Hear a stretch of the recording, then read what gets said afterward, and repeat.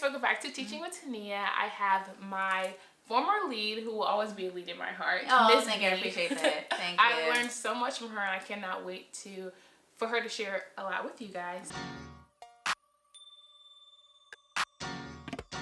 You want to introduce yourself and what do you teach? Okay, my name is Miss B. I am an instructional coach this year. I've taught at every grade level, elementary, middle, and high school, English language arts. And so, yeah.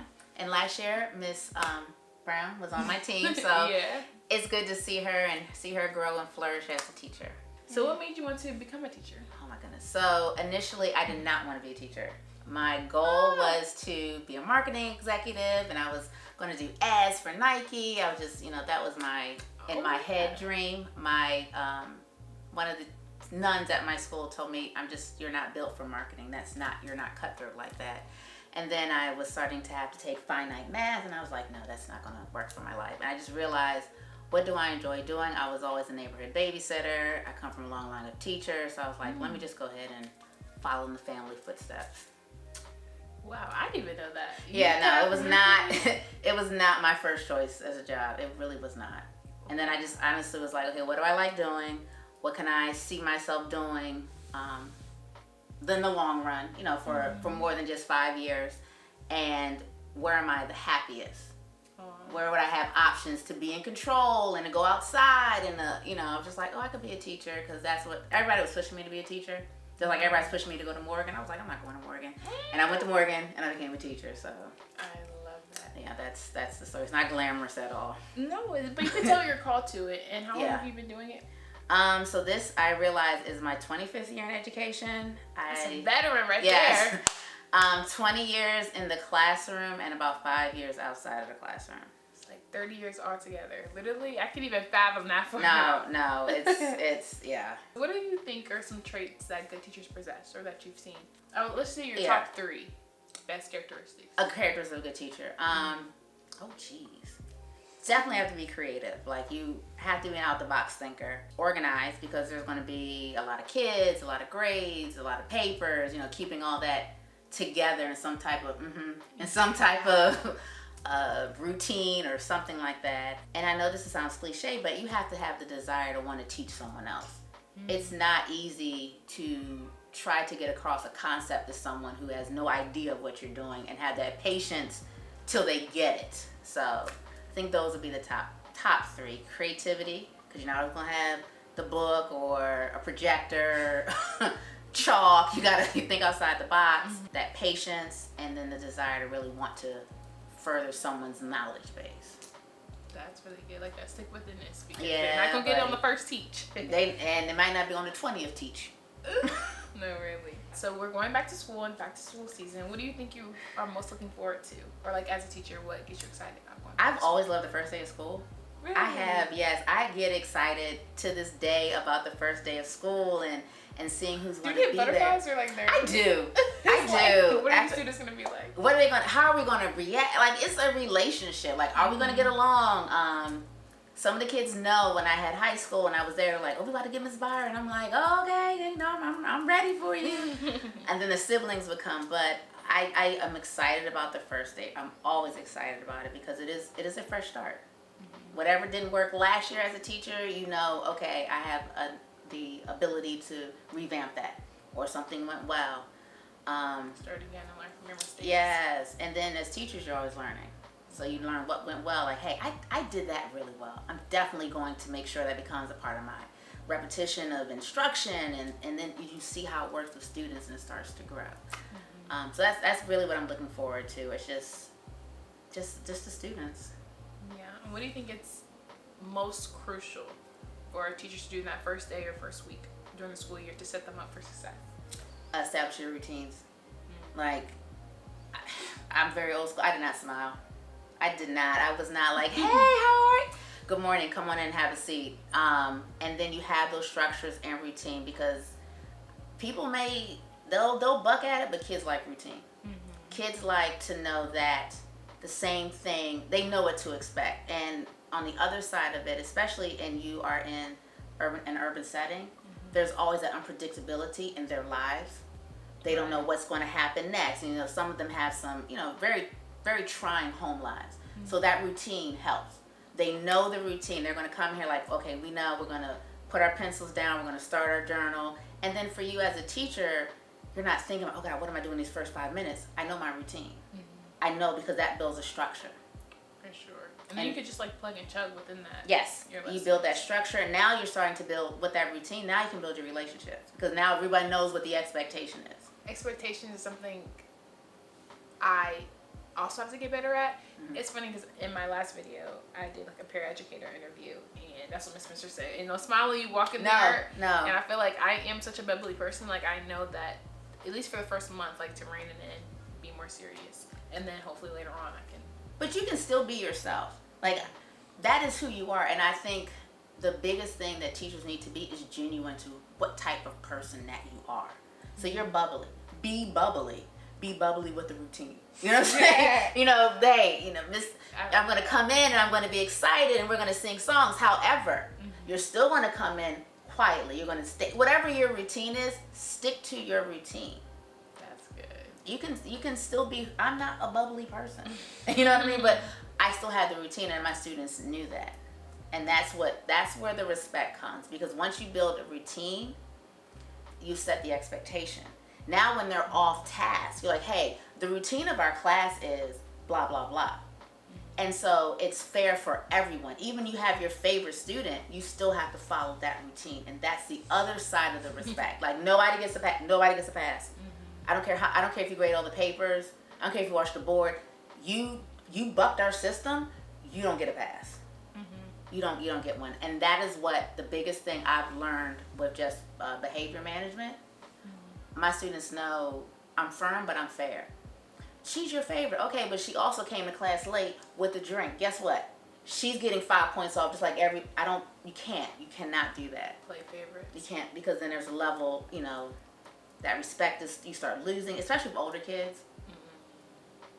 Because you do mostly, well, she has them in middle school mostly, but she helped us out in elementary, and it was. And I've been in high school too, and that is definitely the place where I had to have the routines.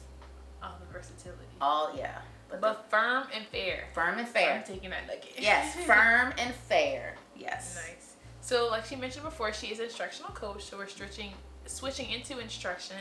So when you are like a lesson planner or planning a lesson, what do you think teachers should be thinking about or anticipating like student needs based off of skills? Skills, yes. I was going to say that. So the first thing you want to do is identify whatever skill you're going to teach. The second thing, I can't remember all of your question, but make sure you understand the skill that you're going to teach. And then whatever that's like, this is the main idea. What do you want the students to be able to do with main idea?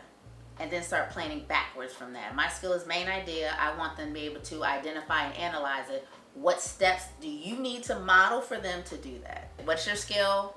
What do you want them to do? What steps are you going to then model, not tell them, model for them to do in order to reach that goal or that skill you want them to acquire by the end of the lesson?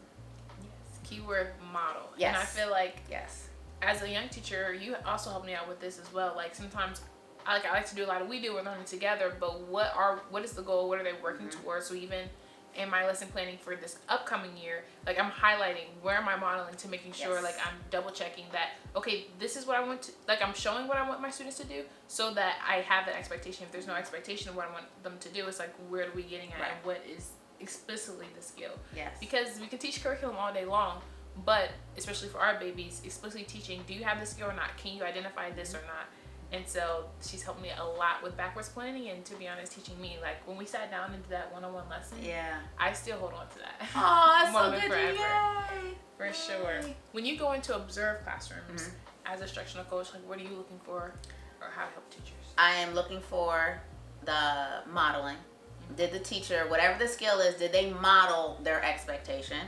I'm looking for how much of the lesson is student focused, meaning are students having an opportunity to apply whatever, that practice time? Are the students answering the question? And I know a lot of teachers are uncomfortable with wait time. Me. So are the students answering the questions? How much of this lesson is truly student based, and how much of it is the teacher showing that they know what they're teaching? So I'm looking for the modeling, the student interaction, the student's time to practice, and then, which a lot of people forget about, is how do you anticipate misconceptions? So when a student doesn't get it, what are you telling them? How are you redirecting them to understand? So those are the things that I really look for when I go. That's good, because I noticed you have more misconceptions when you didn't model. Yes. And it's funny that, like, you point out wait time, and when you told me that, I was actually driving home. I was like, why do I do that? Like, I talked to myself, and I realized when I was little and taught myself the animals, like, I would answer my own questions. Yes, and you it's do like that. Such a bad habit. I'm still like working on counting in my head. Okay, 1 Mississippi, 2 Mississippi, because I'm not just playing teacher. Like, these are actual students. They're not robots. Like, I have to tell myself that all the time. And they'll wait for you. Like I said, I've run the gambit of grade levels. Like, I know. So if they know you're the teacher that's going to answer the question, she's gonna wait 1 second, and she's gonna answer it. I'm gonna wait too. And then you answer, and they're like, because now you're doing all the work. My goal and I think I've told you this. I tell any new teacher, they need to go home tired.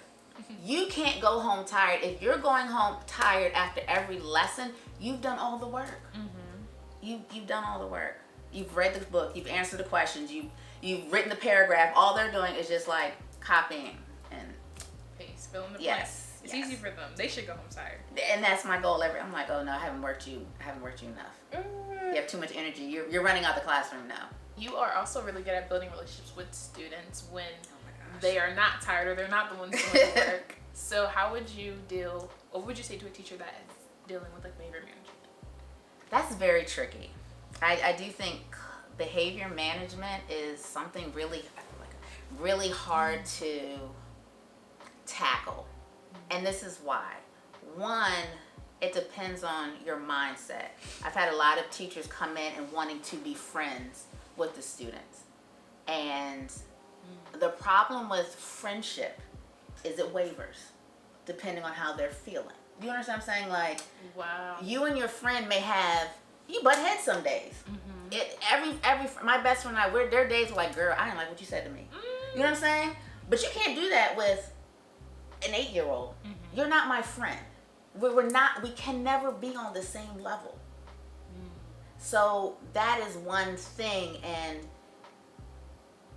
and that's where I've noticed teachers have a lot of resistance with behavior management when you started off being too friendly. When I had high school, I would tell the teachers, don't call them by their nickname. That's what friends do. Friends call each other by their nickname. Friends hang out and, no. I'm going to call you by, you call me my full government name? I surely will. And then some days... What your mama call you? Now, I'm not calling you what your mama call you. I'm going to call you what you're going to put on that job application. There you go. I'm going to call you, sometimes I will call it Mr. So-and-so. So one, we have to establish some clear boundaries that I am not your friend. I am your teacher who I will support you, but we're not friends. We're not friends. That's good. And I know that sounds harsh, but understand what that means, because then when I try to correct you and you think we're friends, how you gonna check me? No. So that is the one thing. The other thing, again, are those systems that are in place. Like, your room has to run. So when you're gone, those kids aren't going to go into the corner, because some like, we don't go over there. We don't do that. So it is building those routines, and it's that repetition that you do all the time. We talked about it at my school, and they've talked about it here. Make that first phone call. You know you want to be your friend? Be a friend with a parent. Hey girl, hey, just want to let you know I'm so glad to see Tavon in class today. I was wondering where he was at. It's good to see him. And he really participated today, and I really appreciate that he was there. Yes. Now when I call you in, girl, what was Tavon doing? Now when I call you, it's not like, well, why is she calling me about my child? Now, granted, it doesn't work. Some parents is going to be the way they are. Some parents are going to, but I've already hit this routine where now when I'm coming to you and saying to you, this is a routine. I'm not picking on your child, but this is how my classroom runs, and this is what your child is doing outside of that boundary of how we run this class. You kind of mentioned like tough parent phone calls. So what do you do like on every day as a teacher is not the best? What do you do like to encourage yourself or pick yourself back up on the not so best days of teaching? Girl. I'm gonna tell a story. I don't know. This, you might have to cut this. I don't know, child. Ah! But there was a year when I went to the liquor store all the time. It got so bad. We passed one, and my son was like, "Oh, Mommy, there's your favorite store." I was like, "Oh, Lord Jesus, let me come up with something different." No. Let me come up with something different because this is not gonna work. It's not healthy. This ain't, Carol, this ain't gonna be it. Wow. You have to understand that you're human. You're human.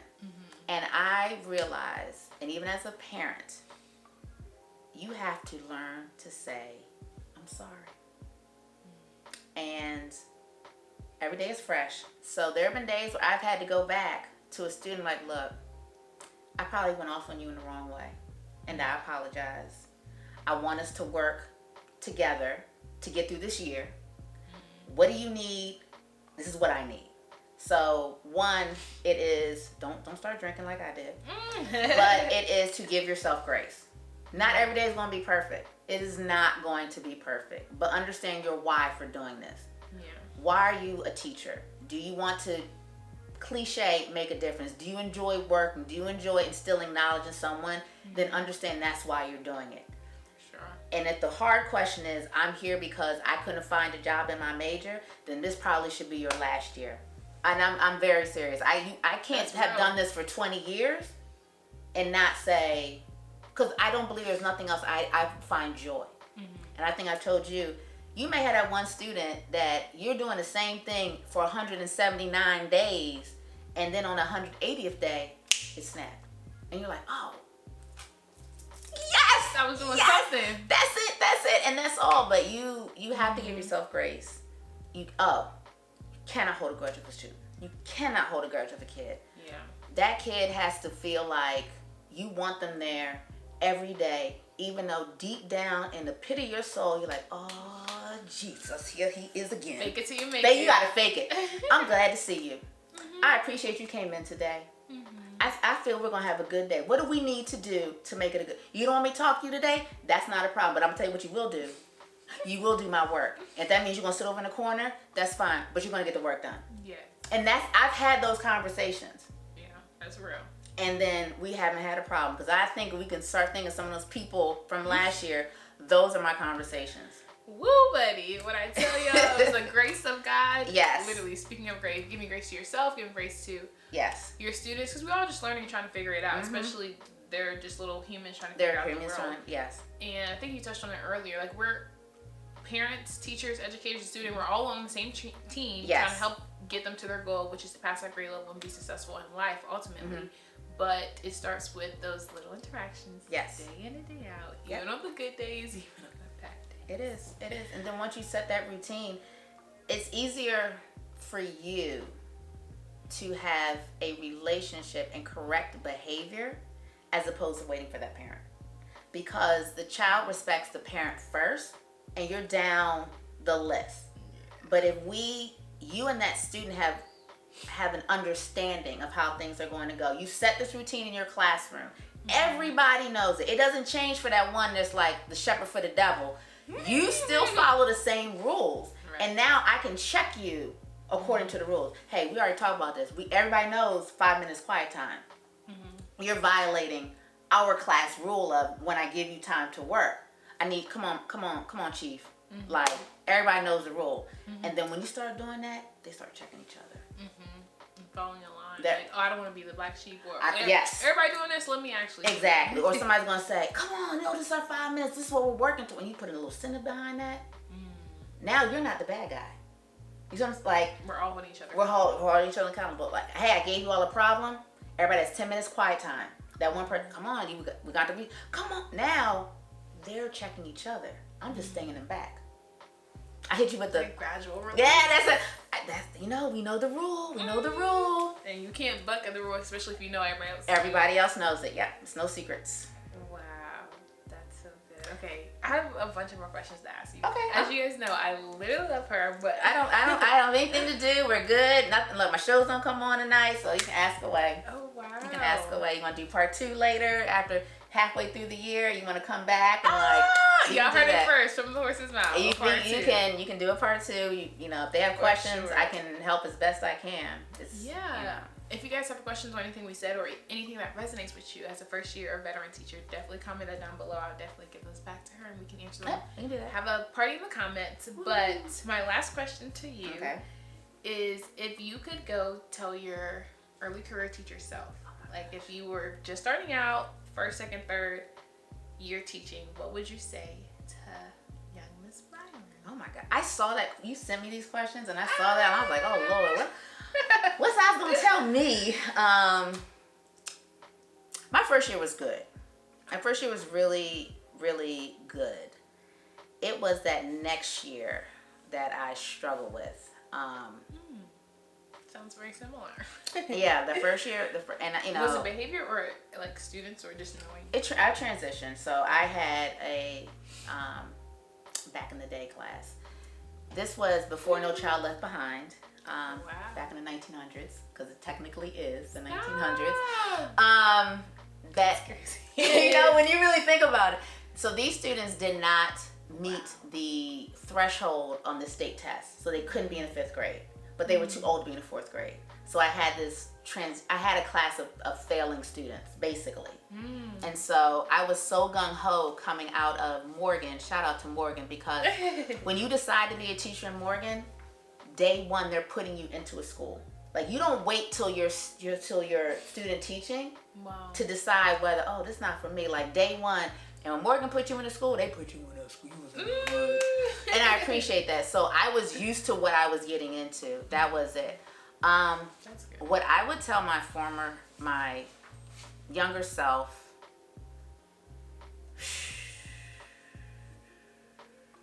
it's not a teaching thing. And I think we had this conversation, is being true to who you are. You need to be the person that you are as a teacher, because the students see through everything else. And not to be like, you know, I've always been a planner.